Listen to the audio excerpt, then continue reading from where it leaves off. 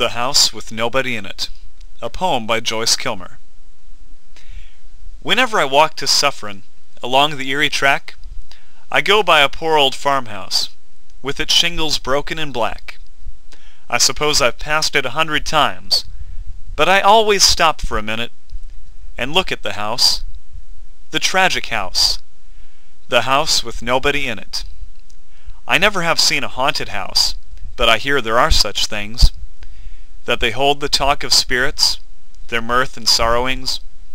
I know this house isn't haunted, and I wish it were, I do, for it wouldn't be so lonely if it had a ghost or two. This house on the road to Suffern needs a dozen panes of glass, and somebody ought to weed the walk and take a scythe through the grass. It needs new paint and shingles, and the vines should be trimmed and tied. But what it needs the most of all is some people living inside. If I had a lot of money, and all my debts were paid, I'd put a gang of men to work with brush and saw and spade. I'd buy that place and fix it up the way it used to be, and I'd find some people who wanted a home and give it to them free. Now, a new house, standing empty, with staring window and door, looks idle, perhaps, and foolish, like a hat on its block in the store.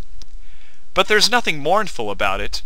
It cannot be sad and lone, for the lack of something within it that it has never known.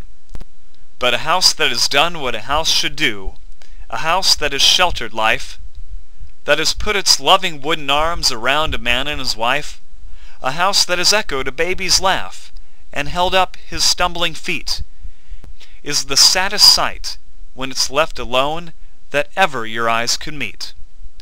So whenever I go to Suffern along the Erie track, I never go by the empty house without stopping and looking back. Yet it hurts me to look at the crumbling roof and the shutters fallen apart, for I can't help thinking the poor old house is a house with a broken heart.